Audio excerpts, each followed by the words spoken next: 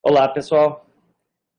Nós já vimos grande parte dos nutrientes que estão presentes nos alimentos, vimos a digestão, começamos a ver os alimentos energéticos e agora a gente vai ver um pouco dos alimentos proteicos, uma parte bem importante da dieta animal. Então, para a gente relembrar, o que são alimentos proteicos? São aqueles alimentos que têm menos, são concentrados proteicos. Então, primeira coisa, eles são concentrados. Então, para ser concentrado, tem que ter menos de 18% de fibra. Ponto. Então, são concentrados. Aí ele pode ser um concentrado proteico, pode ser energético, ou pode ser um concentrado vitamínico ou mineral. Mas, para ele ser proteico, ele vai ter que ter mais de 18% de proteína. Então, tem ingredientes que ficam ali na margem, né?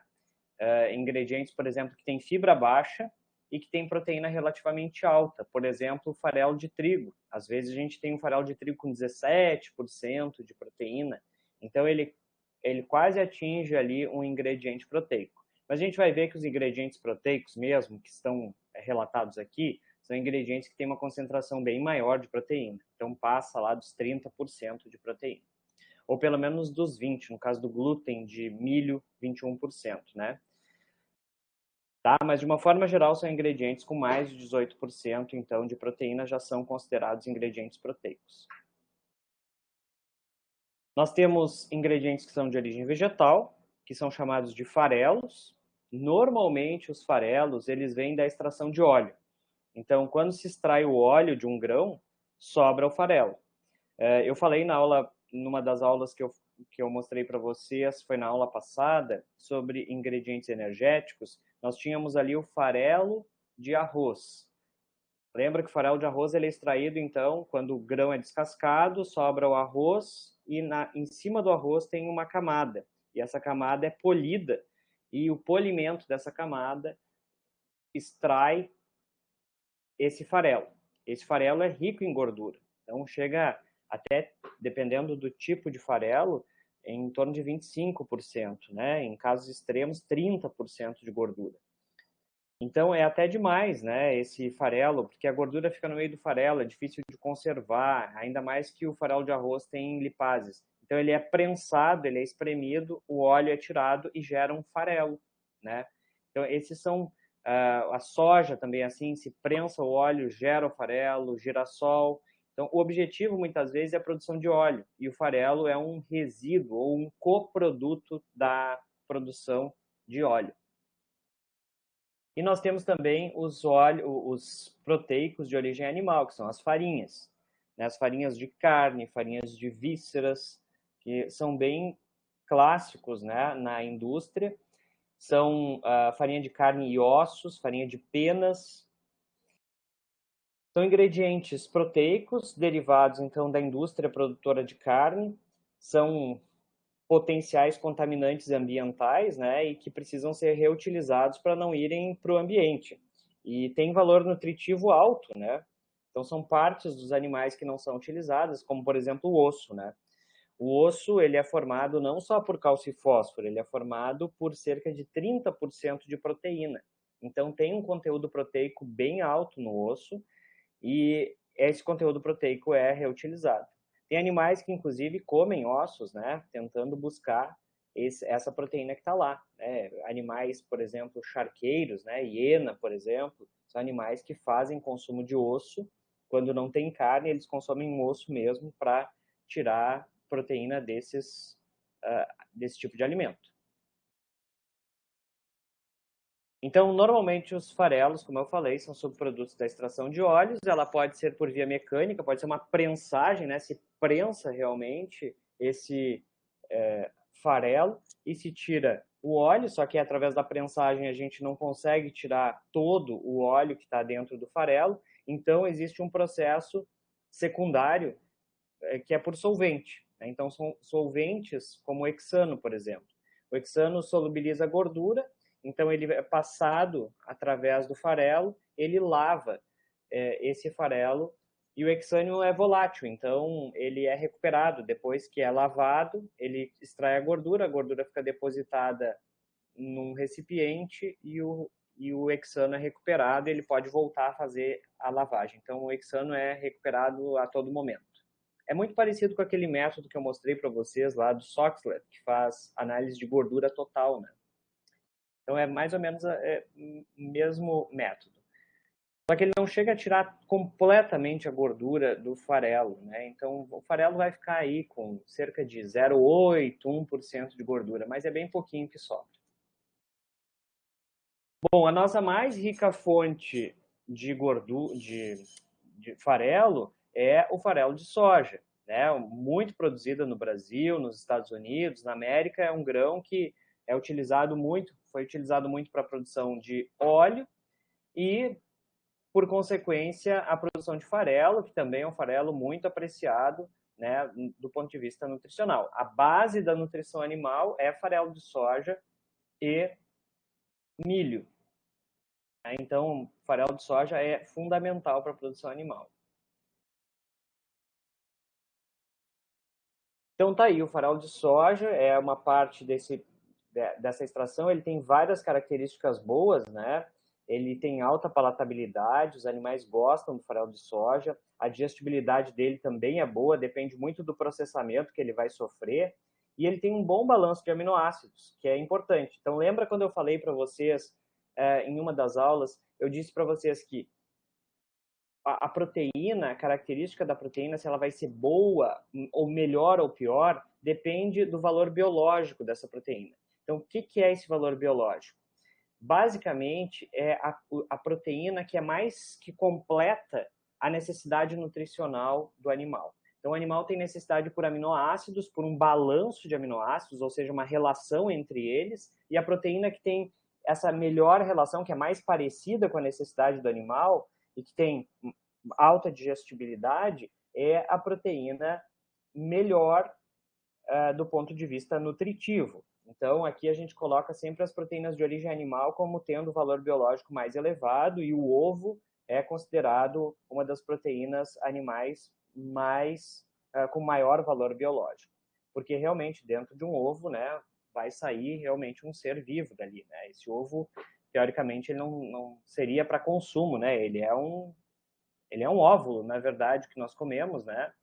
E ele potencialmente poderia ser um ovo e geraria uma nova vida ali. Então, ele tem todos os nutrientes muito bem balanceados para formar um novo ser vivo. Então, o farelo de soja tem um bom balanço de aminoácidos, mas tem algumas deficiências, né, que a gente pode corrigir, né? Ele tem baixo teor de fibra, o que é bom para não ruminantes, né? Então, ele não dilui as dietas para animais de produção, e isso é muito bom. Mas ele tem algumas outras características que a gente vai falar depois, né, que não são tão boas assim. Então, aqui, ó, uma dieta para suínos, por exemplo, à base de milho e soja, que é muito comum, né, na prática, são dietas que fazem uma boa complementação entre milho e soja. Então, olha aqui, a maior parte, obviamente, é milho, né? Grande parte é ingrediente energético. Conforme o animal vai indo para a fase de terminação, né, que é a fase inicial, fase de crescimento, depois fase de finalização, vocês vão vendo que vai aumentando a quantidade de energético e diminuindo a quantidade de ingrediente proteico.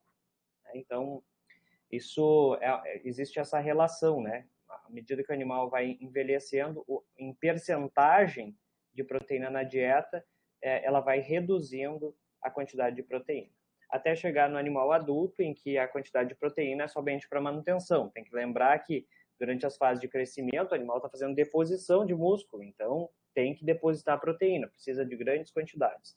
Mas vejam só, em torno de cerca de 20 a 30% de farelo de soja misturados aí com cerca de 60 a 80% de milho. Então, uma mistura muito prática, né? E que precisa de uma complementação para os demais nutrientes, né? Sal, premix vitamínico, mineral, alguns outros aminoácidos que estão faltando, e isso aí, em 5% da fórmula, a gente consegue preencher. Então vejam que é relativamente fácil preencher a necessidade nutricional de animais de produção somente utilizando dietas à base de milho e soja.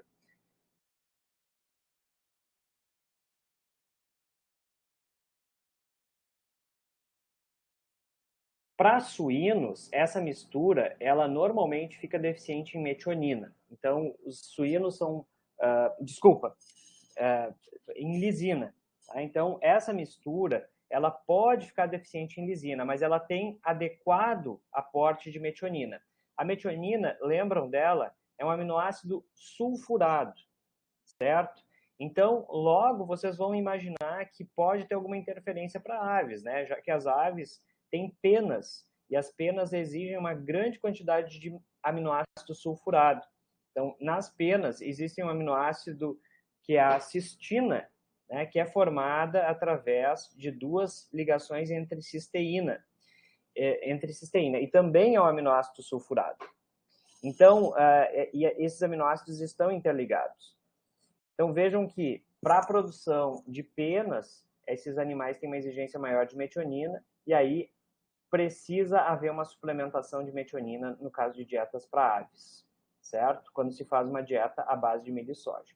Então, para espécies de produção, onde a gente não está muito preocupado com uma longevidade, né, como animais de companhia, equinos, por exemplo, a gente pode considerar esse tipo de nutrição, em que a gente não avalia, por exemplo, o score fecal, né? A gente não está muito preocupado com essas questões. Obviamente, é importante, né? No caso das aves, se as aves fazem fezes muito moles, ou seja, na verdade, excretas, né? Produzem excretas muito líquidas, essas excretas prejudicam a qualidade da cama onde os animais vivem, e aí é um grande problema, né? Mas milho e soja misturados tem um ótimo desempenho para aves e para suínos, né? Para animais de companhia e para outras espécies, a gente vai precisar conversar bem mais de perto, porque aí a nutrição é muito mais precisa e envolve inclusão de ingredientes de origem animal também. Então, a presença de ácido fítico no farelo de soja diminui a disponibilidade dos minerais, dos microminerais. Então, o ácido fítico é uma forma hexagonal de fósforo. Então, são 6 átomos de fósforo que formam o ácido fítico. Vocês podem olhar, acho que vocês já viram isso lá no início, né? Então, o ácido fítico é uma molécula reativa, ela reage com os minerais e quela esses minerais, não deixa os minerais serem absorvidos pelo animal. Então, é um problema, porque esses minerais vão parar nas fezes, né? E a soja, ela tem uma quantidade grande de potássio, né? Então, potássio é um dos macrominerais importantes, mas tem uma quantidade significativa de potássio. Aí vem os problemas do farelo de soja, né? Então, todos os ingredientes vocês vão ver que tem um probleminha neles, né? Tem limitações. Então, o farelo de soja tem os PNAs, os polissacarídeos não amiláceos. E ele tem cerca de 5 a 6% desses oligosacarídeos, né? Então, são sacarídeos pequenos, mas que são muito importantes durante o processo de digestão. Eles tendem a formar aquele gel dentro do intestino e prejudicarem a digestão. Então, para animais recém-desmamados, para animais em fases primordiais de desenvolvimento, não é indicado, porque esses animais eles sofrem bastante. Eles já têm um período muito complicado, né, que é o desmame, então não dá para utilizar. Mas existem outras fontes derivadas do farelo de soja que podem ser utilizadas nessas fases, que é o mesmo que nós utilizamos. Por exemplo, proteína isolada de soja, então ela é isolada do farelo de soja, né? Então a proteína aqui foi isolada.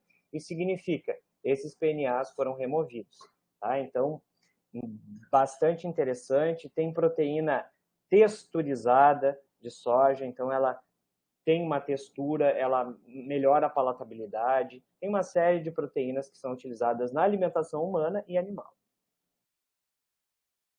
Os carboidratos da soja não são bem aproveitados pelos não ruminantes, então, por conta justamente desses PNAs que estão aí.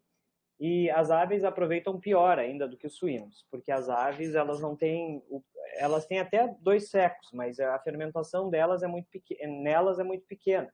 Então é difícil para as aves aproveitarem carboidratos. Para suínos, que tem um cólon maior, né, intestino maior, fica um pouco mais fácil.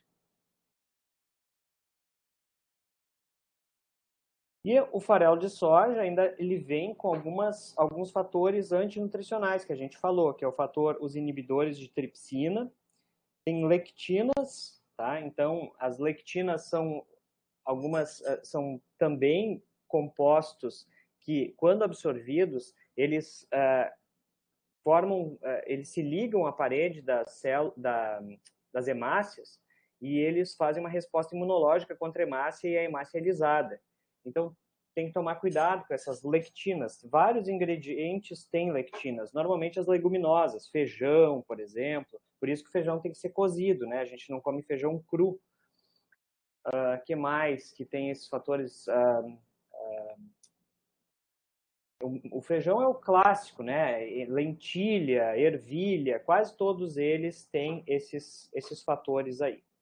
Fitoestrógenos, que alguns são interessantes, né, para serem utilizados na alimentação tanto humana quanto animal. Então, talvez alguns deles tenham algum benefício, já tem alguns estudos mostrando isso, mas eles são fatores que tem que ter muito cuidado, então eles são considerados ainda fatores antinutricionais.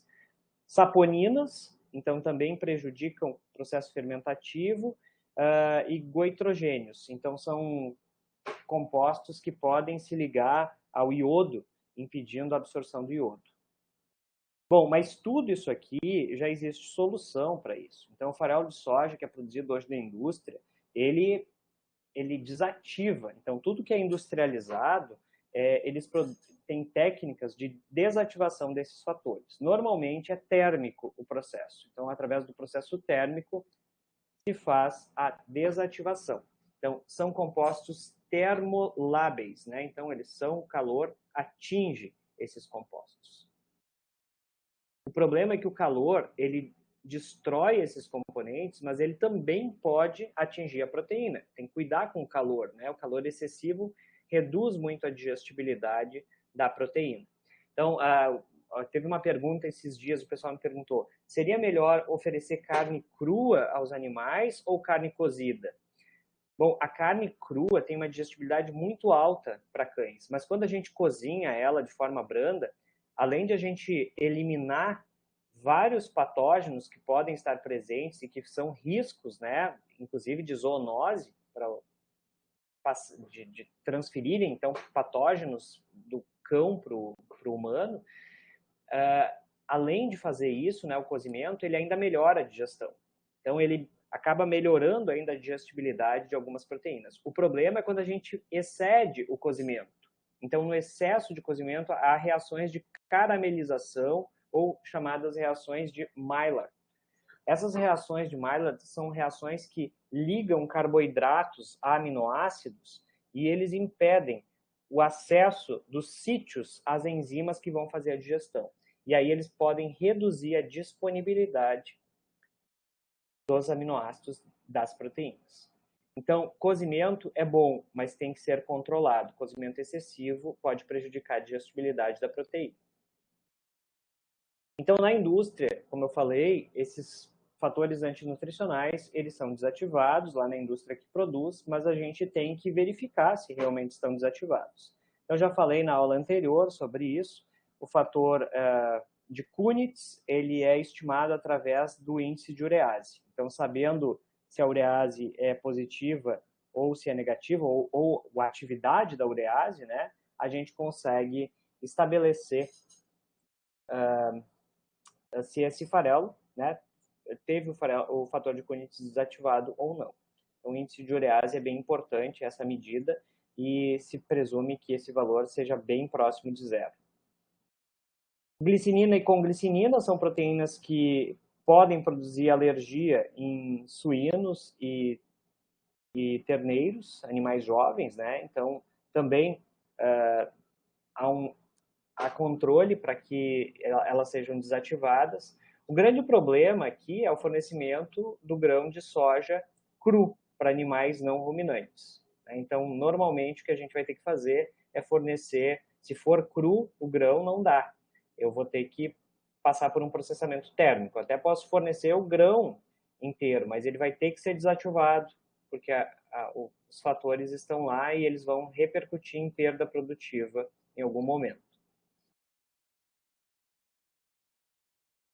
O grão, a diferença do grão para o farelo é que o grão ele é cheio de óleo, né? Então ele tem 18% de óleo. Por conta disso, o grão tem 38% de proteína. Então, o grão é um ingrediente bem proteico mesmo, né? Bem diferente das outras leguminosas, que nem o feijão, a ervilha, a lentilha, que o grão de bico, né? Que são ingredientes que a gente come no nosso dia a dia. São ingredientes com 20% de proteína, né? O grão de soja tem 38%, é o dobro dessa quantidade, né? Então, é bem interessante esse grão de soja mesmo. Por isso que ele foi mundialmente cultivado. E a quantidade de óleo nele é super alta. A gente não vê isso no milho, né? Nesses outros, desculpa, no feijão, na lentilha e na ervilha, a gente não vê esses níveis de gordura. É muito baixo a gordura no feijão e nesses outros componentes, nesses outros ingredientes. Mas quando a gente faz, então, a prensagem do grão de soja, né, ele é aquecido, né, ele vai para a indústria, ele é aquecido, ele sofre ação de vapor, ele expande um pouco e depois ele é prensado. E aí nessa prensagem, ele sai uma parte do óleo, depois é lavado ainda com solvente, né, para tirar a maior parte do óleo. E vejam que sobra então o farelo de soja. E o farelo de soja tem bem pouquinho óleo, sobrou 1,4 de óleo ali, mas aí se tira uma coisa, a outra tem que subir, né? Então sobe a proteína. Então a proteína vai lá para cerca de 42 a 48, tem uma variação. Então, por que tem essa variação tão grande, né? Até tem uma pergunta ali, por que aparece no mercado farelo com 40% de proteína?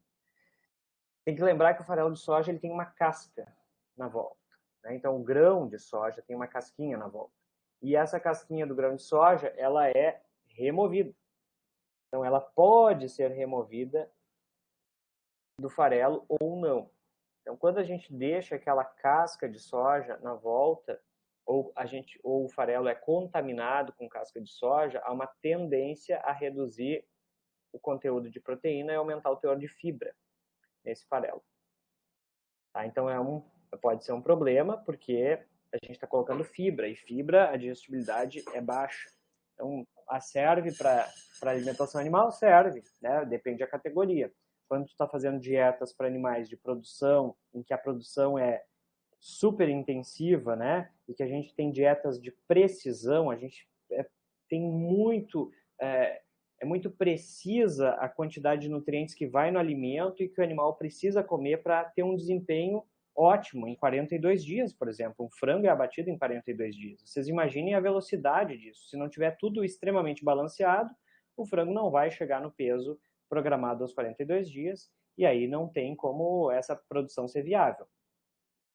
Dessa forma, tem que ter um controle muito grande, né? E o controle nutricional é muito preciso nessas espécies de produção, especialmente aves e suínos. Então, a variação aqui, por exemplo, também na proteína, normalmente vem dessa contaminação com farelo, né? Com os farelos de... o farelo de soja, a casca de soja, né? A casquinha da soja moída que vai misturada ao farelo. Então, tem que avaliar a qualidade. Mas isso também é muito bem controlado na indústria. Todo mundo faz esse tipo de avaliação antes da matéria-prima chegar a ser utilizada na formulação.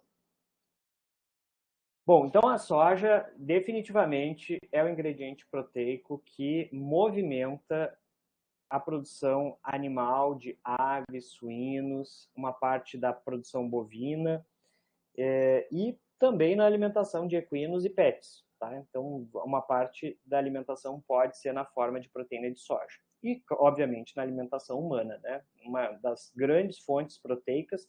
Até fiz um comentário na aula outro dia que antigamente era muito difícil a gente comer proteína de soja, né? A proteína de soja não era boa, mas hoje a gente já encontra proteína de soja muito boa no mercado, né? E às vezes a gente nem consegue estabelecer uma diferença muito grande entre a própria carne e uma proteína texturizada de soja. Então, é um ingrediente proteico bem importante. Mas existem outros ingredientes proteicos, como o farelo de algodão. Tá? Então, o algodão é produzido, ele tem um caroço, esse caroço ele é, então, processado e desse caroço do algodão sai essa proteína. Então sai o óleo, na verdade, né? Então o que se quer é o óleo, depois sobra o farelo, e aí este farelo pode ser utilizado. A gordura do farelo derivada do grão do algodão, ela é uma gordura saturada. Então, por conta disso, a gordura suína fica mais dura, né? Então fica com uma aparência um pouco mais dura. Então não é muito interessante, né, em termos de gordura. Pode ser feito uma mescla na alimentação. Aqui tem a imagem, né, então do algodão sendo produzido, e aqui o caroço do algodão, e aqui ele já limpo, então dessa camada superficial da fibra. Então a fibra de algodão a gente utiliza para a indústria têxtil, né, e várias outras, né, formas de uso que tem o algodão, e aí sobra esse caroço aqui. O farelo de algodão, então, ele tem fatores antinutricionais vários. Então, o gocipol é o mais conhecido, é um pigmento amarelo esverdeado presente nas sementes. É uma forma de resistência da planta, então é um pesticida natural. E ele prejudica a disponibilização de alguns aminoácidos, né, como, por exemplo, a lisina. E quando os animais consomem o farelo de algodão que não tem gocipol desativado, eles têm diminuição, então, de consumo e crescimento, anemia. Então, o gocipol, ele tem reações, ele prejudica a deposição de hemoglobina na hemácia, ele produz uma cor verde-oliva na gema do ovo. Então, esse pigmento acaba sendo transferido para lá, né? Ele é lipossolúvel. E os suínos são mais suscetíveis do que as aves a esses sintomas, né?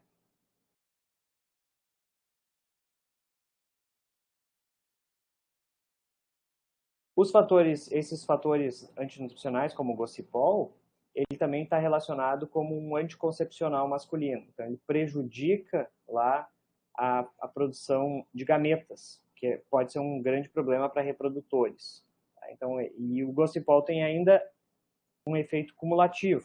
Então, vai acumulando e o animal pode ter sintomas na sequência. Bom, importante falar que esses fatores antinutricionais aqui do gocipol, eles podem ser desativados por processo térmico. Então, a indústria faz isso, ela desativa, pode ser térmico ou pode ser também utilizando sulfato ferroso. Então, eles conseguem desativar o gocipol através de alguns métodos, e isso é feito para garantir que esse farelo possa ser utilizado. Tem mais um ingrediente interessante, que é a linhaça. A linhaça tem cerca de 35% de proteína, então é um ingrediente proteico bem interessante. Provavelmente muitos de vocês consumam linhaça, né? É um grão que a gente utiliza, ele é cheio de gordura também. Ele tem mais ou menos 35% de gordura, então ele é proteico e bem gordo, né? É um ingrediente interessante, né? Ele ainda é um ingrediente caro, ele não pode ser utilizado em ampla escala, mas ele é utilizado para fazer o óleo de linho, que é utilizado em para muitas atividades, né? Para fazer várias massas, colas especiais, é utilizado o óleo de linho, ele é utilizado na fabricação de tintas, como está aí exposto. Tem várias utilizações. Além disso, o óleo de linhaça é rico em ômega 3, ácido linolênico. É um ácido graxo que é essencial, ele precisa estar nas dietas de algumas espécies, para outras espécies ele é recomendado, e ele tem um impacto muito grande na qualidade de pelo e pelagem. Então, por ser uma gordura insaturada, ela participa da formação da pele, ela interfere na formação da pele. E por ser insaturada, ela dá flexibilidade. Então a pele fica mais frouxa, vamos dizer assim. Em cães, em equinos, é muito legal de ver, né? Porque a gente consegue ver que a pele do animal, o pelo, fica muito mais bonito quando eles consomem esses derivados de linhaça. Em equinos é muito, muito utilizado mesmo. Então é bem comum nas dietas de equinos as dietas de equinos conterem linhaça. Tem outros ingredientes que também podem ser utilizados que têm características muito parecidas, que é a canola, né? Não é produzida aqui no Brasil, a canola é pouco produzida, ela é muito produzida no Canadá, e tem um outro grão que tá vindo assim a ser produzido, isso é muito atual, é a camelina, é um outro óleo, é um grão parecido também com a linhaça, e também produzido no Canadá, na Europa, eles produzem esse óleo de camelina, mas são muito parecidos com o óleo de linhaça. Tá? E aí sobra esse farelo, que também tem um pouco de óleo contido ali. E eles utilizam na alimentação de animais ruminantes, de animais não ruminantes, especialmente equinos. O farelo de linho também tem um peptídeo, um dipeptídeo ali que é a linatina, que é um componente que quela uma das vitaminas, que é a vitamina B6, que é a piridoxina, e também é um fator antinutricional que também pode ser desativado termicamente. Então, esse é o grão da linhaça, vocês conhecem, né? Aqui está a forma vegetativa dela. E os outros grãos, tem um grão também parecido, que é a couza, né? Também parecido com a linhaça. Também tem as mesmas atividades. E quando ele é espremido, forma o farelo de couza, né? Então, os farelos, de novo, né? Farelos são derivados da extração de óleo. E mais um aqui, o farelo de amendoim. Então, utilizado para consumo humano. Então, o óleo pode ser utilizado para consumo humano, também é uma gordura insaturada, tem efeito laxativo.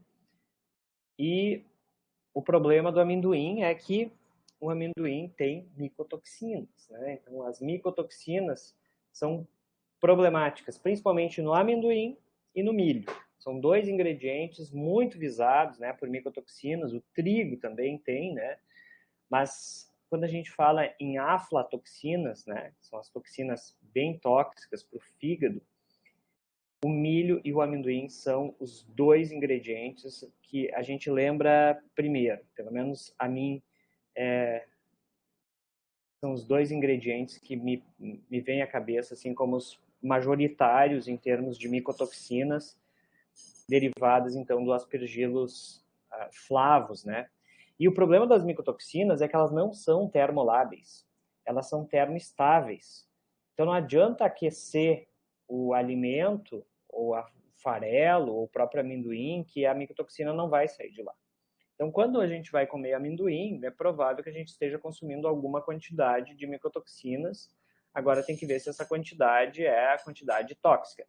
Agora, as micotoxinas são cumulativas também no organismo. Então, esse é pior, né? Para um animal que é de produção, talvez a acumulação que ele faz durante a vida não é significativa para cair o desempenho dele, quando as doses não são tão altas.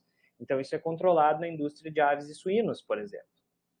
Mas para outras espécies, como cães, por exemplo, equinos, gatos, que vão ser animais que vão viver muito tempo, nós não utilizamos esses ingredientes porque por uma questão de segurança, né? E se a gente for utilizar, a gente vai ter que gastar muito em análise. Então, muitas vezes, não é legal utilizar esse tipo de ingrediente. Então, esse ingrediente é utilizado para alimentação de aves, suínos, bovinos, né?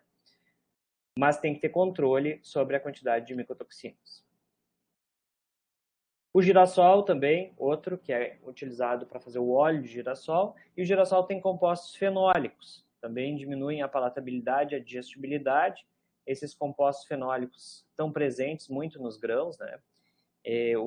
O gocipol também é um polifenol, e eles atrapalham de alguma maneira, eles atrapalham o processo de digestão ou a disponibilização de algum aminoácido.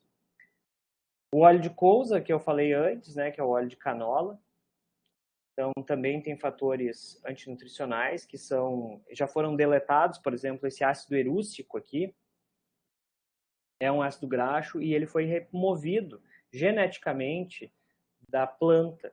Então ele foi removido geneticamente, hoje o óleo de canola ele é livre desse ácido erústico aqui. Foi uma manipulação genética que foi feita. Então, é rico em gordura poliinsaturada, né? em poedeiras os ovos ficam com cheiro de peixe. Então, também tem óleo já deodorizado. As gorduras também são deodorizadas. Mas aqui o que interessa é o farelo, né? O que sobra é um ingrediente proteico, então pode ser utilizado. A gordura fica muito pouca gordura dentro do farelo e tem que cuidar muito com a oxidação. Mesmo tendo pouca gordura, essa gordura oxida, né? E quanto mais insaturada for, mais peróxido pode ter. Então também tem que cuidar esses farelos aí, porque eles podem estar oxidados. E junto com o farelo de soja, eu colocaria aqui o glúten de milho como um ingrediente muito importante na alimentação animal, só que é um ingrediente mais caro, ele é um ingrediente mais nobre, então ele é utilizado em dietas muito mais especiais, vamos dizer assim, aquelas dietas em que os animais precisam de um ingrediente muito mais puro. E aqui nós temos então esse ingrediente que é derivado do milho, que é o glúten de milho, também chamado de protenose ou glutenose. É um pigmento interessante porque ele é rico em pigmento, né? Então ele tem essas xantofilas aqui e tem várias propriedades interessantes. Primeiro que ele pode ser utilizado em ruminantes porque é um ingrediente vegetal, né? E ainda ele tem uma parte da proteína que é bypass, e ele tem 60% de proteína. Então, 60%, 61%. É um ingrediente muito proteico que vem do ingrediente que não é proteico, né? Então, o milho não é um ingrediente proteico, mas na purificação lá do milho sai esse ingrediente proteico, acaba acumulando essa proteína. Tira o amido, tira a casquinha de fora do milho, né? Que é aquela igual a da pipoca. E aí sobra essa parte aqui, que é uma parte bem interessante. Então, que dietas que vão utilizar o glúten de milho? Então, dietas bem especiais. Dieta especial a gente fala dietas de desmame, dietas iniciais para frango, dietas para cachorro, dietas para gatos, obrigatoriamente vai ter que levar glúten, né? São dietas que precisam de glúten. O glúten tem muito baixa matéria mineral, né? Lembra quando eu falei lá dos ingredientes, as vantagens de alguns ingredientes e as desvantagens? O glúten de milho é um ingrediente proteico e ele tem alta proteína, mas ele não tem cálcio e fósforo alto, não tem matéria mineral alta, porque a matéria mineral vem de osso. Então, quando eu comparo um glúten, por exemplo, com uma farinha de vísceras de aves, a gente vai ver que a matéria mineral de vísceras de aves é super alta, porque também vai osso, né, dentro dessa farinha. Então, isso faz com que haja um excesso de cálcio, um excesso de fósforo até nas dietas para animais de companhia. E aí a gente fazendo misturas com glúten fica interessante. Mas, obviamente, nenhum ingrediente é perfeito, né? Então, o glúten 60, que vem da extração da parte interna do milho, e tem um glúten chamado de glúten 21, que tem 21% de proteína, mais ou menos isso, né? Tem uma variação aqui. E esse glúten sai da casquinha, aquela de fora. Então, aquela casquinha de fora lá é que gera esse glúten 21 aqui. Então, como eu falei, nenhum ingrediente é perfeito e o glúten, ele tem deficiência. Aqui, ó, o glúten de milho, ele é alto em metionina, mas ele é baixo em lisina. Então, ele é um ingrediente bem baixo em lisina. Não tá colocado aqui, mas ele é um ingrediente muito baixo em lisina. Então, na verdade, o que acontece? Para fazer uma dieta, eu preciso da combinação dos ingredientes. E combinar esses ingredientes não é algo muito fácil. Eu preciso de uma dedicação em torno de um programa de formulação para conseguir fazer essa combinação de ingredientes. E o programa de formulação que me ajuda a fazer isso, né? Então, aqui, farelo de algodão, então 36 a 42, olha só, a quantidade de proteína é acima dos 36 aqui e abaixo dos 60, tá? Então, são ingredientes bem altos mesmo, né, em termos de proteína. Fibra é variável, mas vai até os 10%, mais ou menos, né? Tem ingredientes como o glúten que praticamente não tem fibra. Interessante, porque ele fica um ingrediente purificado, né? Esses outros aqui vão ter limitações, porque eles carregam fibra junto, né? Mas esse glúten aqui é um ingrediente bem específico, bem precioso, assim, em termos de alimentação. Ele é caro, né? E o farelo de soja tem uma limitação aqui na parte das fibras. Então, por isso que ele é um ingrediente que tem um custo relativamente bom, né? Uma produtividade alta e é muito utilizado. Mas aí aparece aqui a deficiência de aminoácidos no farelo de algodão, então aminoácidos essenciais, não é bom, né, o farelo de algodão em termos de aminoácidos essenciais, ou seja, ele não tem um valor biológico bom. O farelo de linhaça também deficiente em metionina, né? Então são um ingrediente que dá para utilizar, mas tem algumas limitações. O farelo de amendoim deficiente em lisina e metionina, o farelo de girassol baixo em lisina, o farelo de canola baixo em metionina, o glúten de milho alto em metionina, mas baixo em lisina, né? E o farelo de soja baixo em metionina, que é o que a gente viu. Então, sempre esses aminoácidos, né, os primeiros limitantes, lisina, metionina, treonina e triptofano, são os aminoácidos que vão serem, como eu falei, limitantes, né? A gente vai encontrar pouco nos ingredientes que a gente utiliza e a gente vai ter que fazer uma suplementação. Fatores antinutricionais, então, são vários na soja, tem no algodão, tem na linhaça, tem no farelo de couza. Mas, como eu falei para vocês, muito já foi feito e a indústria controla esses ingredientes para que não haja o consumo desses fatores como eles estão dentro do ingrediente. Então, se faz processo térmico e outros processos, inclusive melhoramento genético, que faz com que esses fatores desapareçam dos ingredientes e possam serem utilizados de uma forma mais fácil. Mas, se for utilizado em pequenas propriedades, né, tem que tomar cuidado, porque podem estar utilizando esses ingredientes na sua forma natural e podem estar tendo prejuízos na produtividade. Outro ingrediente interessante é o destilado de cervejaria. Então, na produção de uísque e de etanol. Então, a produção de biocombustíveis também, né? Tem gerado vários excedentes, né? Ou vários coprodutos. São produtos que têm uma certa quantidade de fibra, mas têm proteína elevada. Como eu falei para vocês do milho, né? O milho gera o DDGS, né? A sigla DDGS, ela significa Distillated Grains Solubles. É como se fossem uma parte solubilizada lá no processo de...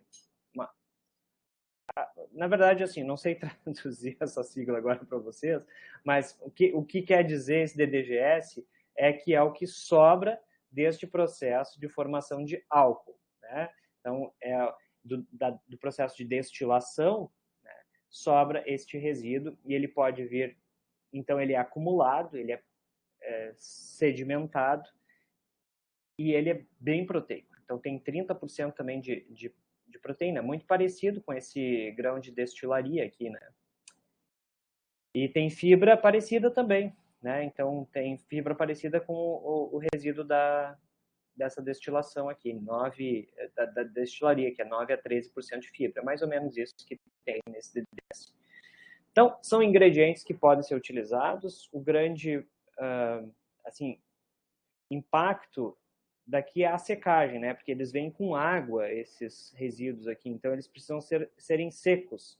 E vocês sabem que tudo que tem calor na indústria é gasto energético. E gasto energético implica em custos mais elevados, né? Da matéria-prima depois. Então, esses destilados, esses resíduos de cervejaria, então são resíduos da fermentação da cevada, tem aí também próximo que eu falei, em torno de 30% de proteína, tem uma quantidade um pouco maior de fibra, esse resíduo de destilaria, mas na alimentação de ruminantes é bem interessante, né? Porque ele tem fibras altas e é bom, só que ele tem água. né? Então ele precisa ser acondicionado. Quando ele for transportado, ele vai ter água e aí o caminhão está transportando água, né? Então a gente vai ter que levar na ponta do lápis o custo dessa matéria-prima aí para saber se ela é interessante mesmo ser utilizada. Mas é um ingrediente bem interessante para ser utilizado na alimentação de vacas leiteiras, por exemplo. E aí vem as fontes proteicas de origem animal, que foram muito utilizadas até o pós-guerra, pós-segunda guerra, né? E as carnes, assim, elas vêm enfrentando algumas dificuldades, né? Porque cada vez a gente utiliza mais na alimentação humana as carnes. Então a gente aprendeu a aproveitar ao máximo, né, do que vem da produção animal. Então vai sobrando muito pouco para voltar para a produção animal, né, para os animais que são carnívoros. Então a gente vai ter que, nos próximos anos, nós vamos ter que nos contentar com essas proteínas, né, que vêm do osso, de pequenas aparas de carne, de vísceras, né, mas farinha de carne mesmo, carne pura, transformado em farinha, isso a gente vai ver muito pouco, vai ficar muito caro, né? Já é muito caro. Então já é quase proibitivo na maior parte das dietas. Eu diria que somente na dieta de cães e gatos ainda é possível utilizar farinha de carne, porque outras dietas não é possível, o custo fica muito elevado. Mas a carne, né? Então, eu vou alimentar um animal para produzir carne e eu estou alimentando com carne. Logo, a relação entre aminoácidos é quase que 100% complementar. Além do que, a carne tem alta digestibilidade. Então, alimentar animal carnívoro é mais fácil, do ponto de vista proteico, né? É muito mais fácil alimentar com carne, né? Ou, na verdade, todas as espécies seria mais fácil alimentar com carne do ponto de vista nutritivo e de aminoácidos, né? Porque a complementariedade é muito próxima.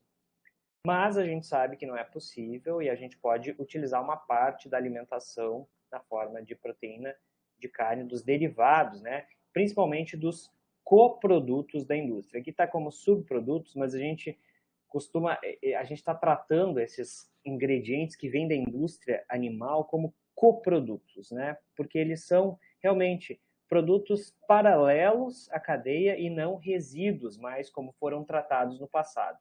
Então ele não é resíduo, não. O resíduo é posto para compostagem hoje, né? Não existe mais o resíduo. O resíduo é compostado e o coproduto é utilizado, né? Muito cuidado, né? Porque os produtos de origem animal eles precisam serem reaproveitados. Então eu sempre falo, né? Quando a gente tem um animal que ele é criado para a produção de carnes, a gente tem que pensar muito bem no que a gente está todo investimento de produção. Então vejam que esse animal ele come um vegetal que já foi produzido, então ele está num nível trófico bastante elevado, né? Imagina, ele só perde para um carnívoro, né? Porque a energia do sol foi aproveitada pelo vegetal, o vegetal transpôs essa energia, né, para nutrientes, daí o animal comeu o vegetal e fez a sua carne, né? E aí a gente vai a gente vai abater esse animal e vai consumir.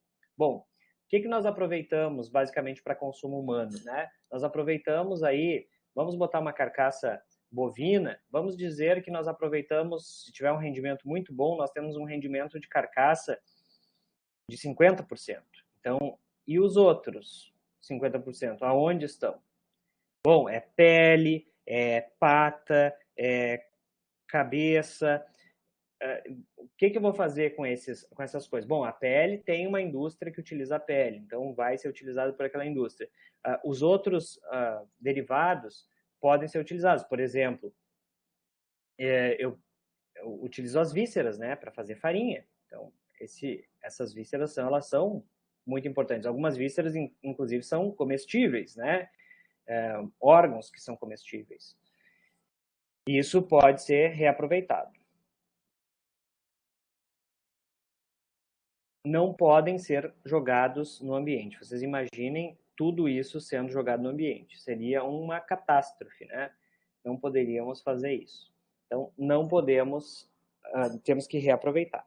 Aí eu penso na carcaça mesmo, né? Naquela parte que seria para consumo humano. Então chega aquela carcaça de bovino, aí quanto daquilo nós realmente consumimos, né? Nós consumimos uma parte daquela carcaça, porque nela tem ossos, nós não consumimos os ossos, né? Mas como eu falei para vocês, os ossos têm gordura, têm proteína, né? Então dá para utilizar os nutrientes que estão compostos ali, mas a gente não come osso. Mas na alimentação animal a gente pode extrair essa proteína.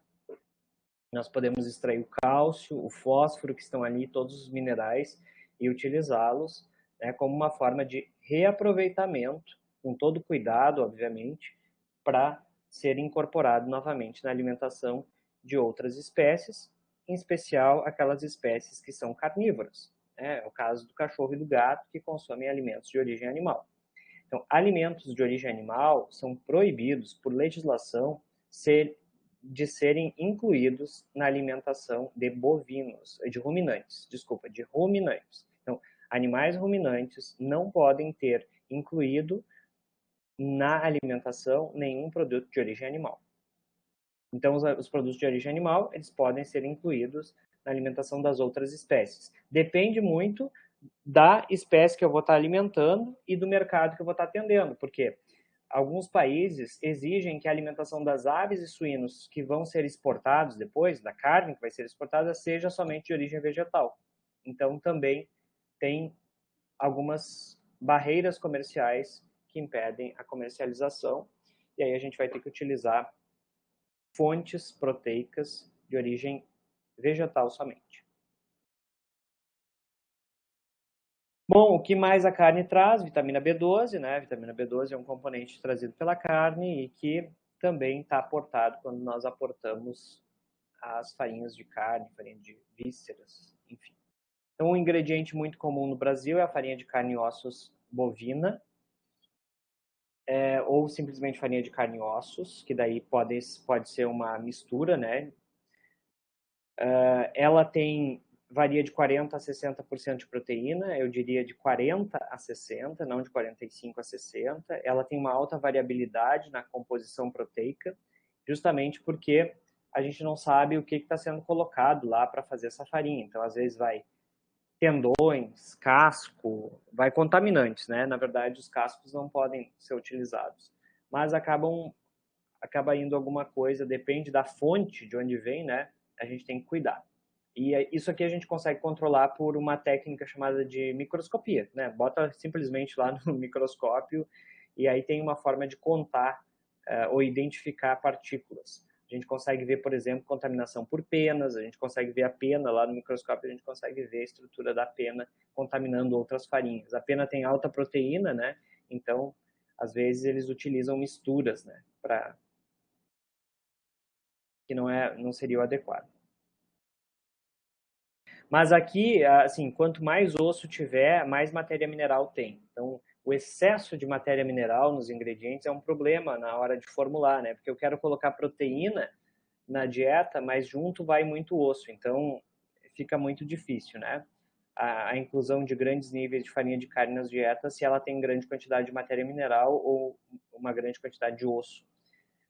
E aí é uma limitação. Olha só aqui, por exemplo, essa aqui é uma farinha de carne e ossos, e aí aparecem até os ossos aqui que foram muito pouco moídos, né? Não foi uma moagem boa que foi feita aqui para esse osso.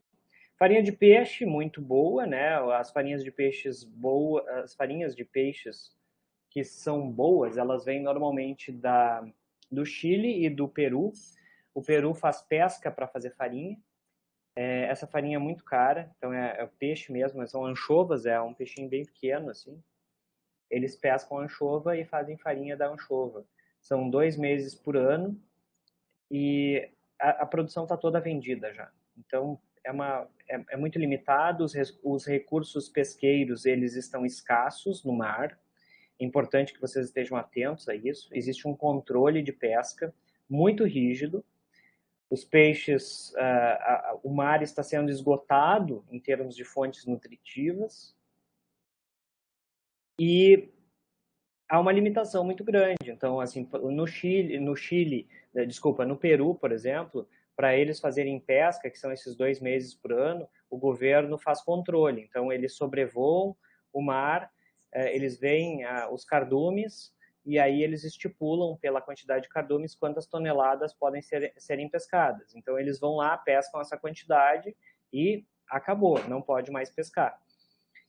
E a cada ano, né, essa população de peixes tem diminuído, e esses recursos, então, não são mais sustentáveis, né? Então, a gente está buscando outras alternativas às farinhas de peixe, por exemplo. Então, no Chile ainda tem, por causa da produção de salmão.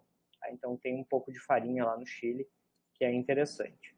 As farinhas de peixes que são feitas de peixe inteiro são ótimas, mas as farinhas de peixe que são feitas no Brasil não são muito interessantes, porque elas são farinhas feitas da pele que sobra do peixe, das escamas e uma parte, às vezes, da cabeça, né, quando não é aproveitada. Então, assim, são partes muito pouco nobres. E a carne mesmo, então, não é aproveitada. Além disso, tem o problema da rancificação e da oxidação.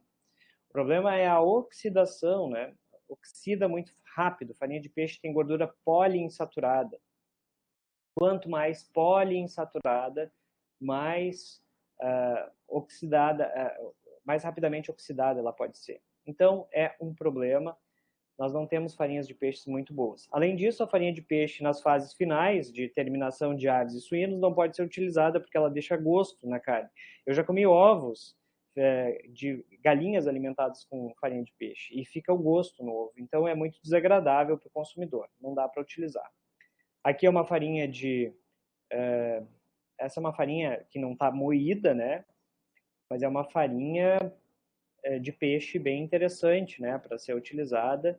É uma farinha importada e quando a gente pega uma farinha nacional, a gente vai ver grande parte de osso, de escama, espinhos, né? Então, é uma parte, é como se fosse a ossada, né? Do peixe mesmo, é o que sobrou. Então, farinha de peixe, excelente ingrediente com várias limitações. Primeiro, porque disponibilidade baixa. Segundo, porque tem que ter um controle de qualidade muito bom para ser utilizado. E o terceiro, para animais de produção, é um problema, porque pode deixar gosto ainda na carne ou nos derivados, no leite, por exemplo. Farinha de penas. Imaginem, né? As aves, todas elas, 8% do peso das aves é pena. Imaginem onde vai botar toda essa pena? Um grande problema ambiental, se nós não fizéssemos farinha dela. Então, quando nós fazemos farinha da pena, ela é cozida e nesse processo de cozimento, ela acaba tendo, então, uma certa digestão pelos animais. Então, cachorro, gato faz uma digestão de cerca de 60% dessa proteína. A gente tem tentado aqui no laboratório aumentar a digestibilidade da farinha de pena adicionando enzimas e tentando melhorar o processo. Provavelmente isso vai ser feito com mais intensidade nos próximos anos, porque é uma fonte proteica muito interessante, né? Então as as penas têm cerca de 85 a 90% de proteína. É um condensado proteico, né? É um whey protein aí, bem interessante. Mas ela tem baixa digestibilidade e ela é palatável. Ela é bem palatável para os animais. O processo térmico, então, que se utiliza para cozimento dessa pena, ele melhora um pouco a digestão, mas ainda assim a proteína da pena, ela tem umas pontes, chamadas pontes de disulfeto, que são feitas justamente pela cistina, né? Então é um aminoácido que vem lá da metionina. Então por isso que lembra que a metionina era essencial para as aves porque ela produzia penas, e aí isso afeta lá a estrutura da própria pena. Então já sei, né, que aminoácido sulfurado é rico na pena. Então aminoácido sulfurado, ele reage, né, e forma a cistina, e a cistina ela produz, né, na verdade são duas cisteínas ligadas por uma ponte de sulfeto. Isso dá estabilidade na proteína, mas ao mesmo tempo diminui a digestão. Então, romper essas pontes de sulfeto não é uma coisa fácil em termos de processo. Então, dá para utilizar na alimentação de animais de produção, de pets também se utiliza, mas em pets se utiliza assim, não se utiliza grandes quantidades, né, na alimentação, justamente por essa digestibilidade baixa. Em ruminantes não pode usar porque é um produto de origem animal. Farinha de sangue também pode ser utilizada.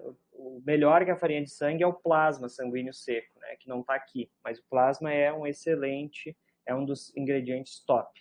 Então, de todo o abate, né, é separado a parte a parte das hemácias, que vira farinha de sangue, e depois nós temos o plasma sanguíneo também separado. Se vocês imaginarem o peso de um animal, né, vamos pegar aí um animal de, sei lá, vamos pegar um animal de 500 quilos, não, vamos pegar um suíno, né, vamos pegar um suíno de 150 quilos. Então, a quantidade, o volume sanguíneo dele, 150 vezes 8%, mais ou menos, vai dar 12 litros. Na sangria, vamos dizer que a gente consiga tirar aí 75% disso, 12 vezes 75%. Então, nós temos aí 9 litros de sangue de um abate de um suíno. E aí, se nós pensarmos de novo, né, na quantidade no hematócrito de um suíno, vamos dizer que seja em torno de 40%. Então, 40% seria hemácias e o resto seria plasma. Tá? Então, 60% seria plasma. Então, vamos pensar quanto que isso daria. 9 litros vezes 40%. Daria 3 litros e 600 de hemácias. E o restante, né, seria de plasma sanguíneo. 5,4 litros de plasma sanguíneo, que vai ter que ser seco, né? E aí eu não sei exatamente a matéria seca do plasma sanguíneo, mas é baixa a matéria seca, né? Então vai ter que secar isso aí. Isso aí provavelmente vai virar, sei lá, talvez 1 quilo mais ou menos de plasma seco. E as hemácias têm uma matéria seca um pouco mais alta, vamos dizer aí que sobem, sei lá, 1,5 kg de hemácias de farinha de sangue, no caso, né? Então a gente conseguiu retirar, né, esse contaminante, seria um contaminante ambiental, ele virou uma matéria-prima altamente rica, né, em nutrientes e que pode ser reaproveitado na indústria, passando por processo, obviamente. O problema da farinha de sangue é que tem alto ferro, então excede as quantidades de ferro. Então tem que cuidar, né, porque o ferro é um pró-oxidante, então tem muitos cuidados. A farinha de vísceras de aves é muito interessante, porque a farinha de vísceras de aves, ela representa também cerca de 8%. Eu tinha falado das penas, né? As penas representam 8% do peso da ave, né? As vísceras também, mais ou menos isso aí, em torno de 8%. Então vejam, essa farinha de vísceras é intestino, né? E partes que não foram aproveitadas, às vezes moela que não foi aproveitada, pescoço, qualquer parte com lesão, né, na ave, ela é condenada. Então, um peito, por exemplo, de um frango que bateu o peito, por exemplo, tem um hematoma, ele não vai para o mercado. Ele vai virar farinha de vísceras, né? Vai junto com essa farinha de vísceras. Então é tudo muito nobre. A gente não come intestino, né? A gente não come intestino por uma questão cultural, né? Nós não comemos intestino, mas tem países que comem, né? Então não vira farinha de vísceras. No Brasil, como é um dos maiores produtores de aves do mundo, se alguma pessoa come, nós não teríamos pessoas suficientes para comer todas as vísceras, né? Enfim. E ela é utilizada, então, ela precisa ser descartada rapidamente, porque é muito contaminado, né? É um intestino, ele começa um processo de putrefação em cerca de 6 horas, já é o limite, né, para processar uma farinha de vísceras, as vísceras, né? Tem que virar farinha, tem que cozinhar isso aí para virar farinha, estabilizar, né? Então vai direto para um digestor, lá no digestor ela é cozida e aí são colocados ali os antioxidantes e tudo mais. Depois ela é prensada para tirar a gordura, daí fica a gordura de aves e a farinha de vísceras. Tá? Então, quando espreme ali, tira a gordura, essa gordura é fundamental na alimentação de pets. Isso é muito utilizado. É um palatabilizante fenomenal na alimentação de pets. O sebo também, né? Mas é um ingrediente proteico altamente rico. Então, farinha de carne e ossos, não temos restrição, não tem fator antinutricional, né? Praticamente não tem nada. Farinha de sangue tem alto conteúdo de ferro, farinha de vísceras depende do animal que gerou, então realmente farinha de vísceras a gente tem que cuidar, porque a gente evita colocar a farinha da mesma espécie dentro da alimentação daquela espécie, né? Então não vou utilizar, né, a farinha do salmão na alimentação do salmão, então tenta-se evitar isso, né? Justamente porque nós tivemos um caso no passado bem trágico, que foi o BSE, mas essa não foi a causa, né? A causa foi processo. O BSE ele foi um problema de, não sei se vocês já ouviram falar, né? Espondilopatia, encefalopatia espongiforme, que aconteceu em bovinos lá em 93 na Inglaterra, foi onde começou. Eles começaram a alimentar os bovinos, que são herbívoros, com farinha de carnes, derivada de bovinos. Então, assim, eles utilizaram isso como matéria-prima para animais ruminantes. Então, pegaram o próprio resíduo da indústria e começaram a alimentar animais ruminantes. Bom, até aí já tinha né, uma quebra, né, de assim, alimentar animal herbívoro com carne. Talvez um pouco questionável do ponto de vista nutricional. Os animais precisam de nutrientes, não de ingredientes, né? É o que a gente sempre comenta do ponto de vista nutricional, mas existem riscos, né? Então, o que aconteceu?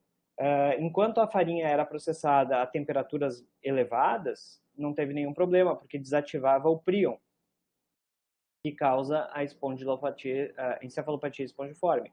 Mas quando eles reduziram a temperatura por custo da energia na Europa, na década de 90, eles começaram a ter os problemas referentes ao prion, porque ele não foi mais desativado. Então esse foi o grande problema da encefalopatia espongiforme. Por isso que até hoje não se pode utilizar produto de origem animal em alimentação de ruminantes. E a farinha de penas, ela tem um baixo valor biológico e tem baixa digestibilidade, né, para a maior parte das espécies, então a gente controla muito. E aqui a gente tem uma comparação entre aminoácidos essenciais nos diferentes ingredientes. Aí nós temos os ingredientes vegetais e os ingredientes de origem animal. Então, ingrediente de origem animal, olha a quantidade de lisina que tem, né? Então, tudo muito alto aqui, né? Obviamente a soja, né, se equipara à farinha de carne. Em termos de metionina, então nós temos aqui o glúten de milho bem alto, né, em termos de metionina, mas os ingredientes de origem animal também são altos, comparado com a maior parte dos vegetais. E em termos de treonina, que é um próximo aminoácido limitante, pelo menos para aves e suínos, a gente vê aqui também uma maior quantidade. Por isso que eu faço esse comentário sempre, né, que alimentar os animais com produtos de origem animal é mais fácil do ponto de vista nutritivo, especialmente do ponto de vista de proteína. Mas tem espécies que têm origem carnívora e que a gente tem que cuidar muito mais disso, né? Porque eles não precisam somente dos aminoácidos, eles precisam de outras coisas que vêm junto com a proteína de origem animal, que é vitamina B12, por exemplo, taurina, né, e outras vitaminas que vêm associadas. E para complementar, então, além dos ingredientes, nós temos o que nós chamamos de aminoácidos sintéticos. Hoje estão disponíveis todos os aminoácidos sintéticos para compra no mercado. Então, teoricamente, eu poderia incluir qualquer um dos aminoácidos dentro das dietas, só que não, né? O grande problema é o custo desses aminoácidos e eles não é permitido a inclusão por causa do custo, não tem como incluir. Os aminoácidos que são tradicionalmente incluídos e que chegaram num nível de produção e de custo que permitem a inclusão são a lisina e a metionina, a treonina e o triptofano, e a valina tem sido, né, estudada, se vê que é um aminoácido importante em termos de produção, mas ainda existem algumas limitações, né? Ainda é um aminoácido caro, né? Mas a gente tem como fazer a inclusão. Então, lisina e metionina são os primeiros limitantes, depois a treonina e o triptofano para a maior parte das espécies, e depois a valina. Se a gente for pegar cães aqui, a gente vai ver que o primeiro limitante é metionina, depois nós temos o segundo limitante como triptofano, e se nós pegarmos o gato, ainda nós temos a fenilalanina, né, como um aminoácido limitante. É característica de carnívoro, né?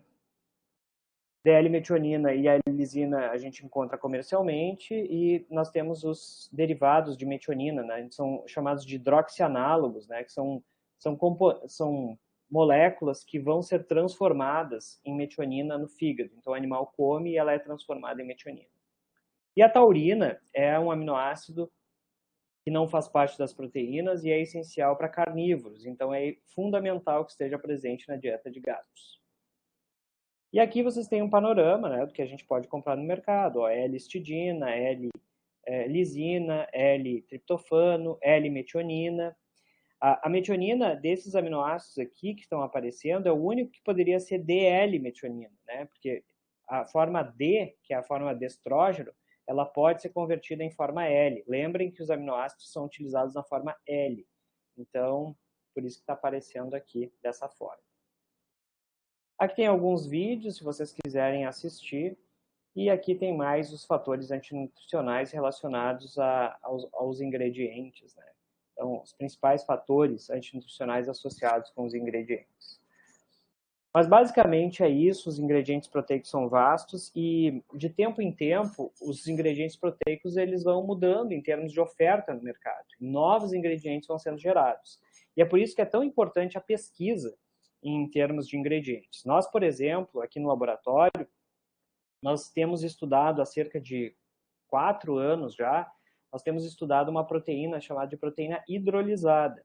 É uma proteína que é feita de fígado e ela passa por um processo enzimático em que essa proteína do fígado, então, ela é toda quebrada e libera cadeias muito curtas de aminoácidos, de peptídeos, né? Inclusive tem muitos aminoácidos livres, e essa é uma proteína hidrolisada, muito utilizada na dieta de pacientes que têm alergia alimentar.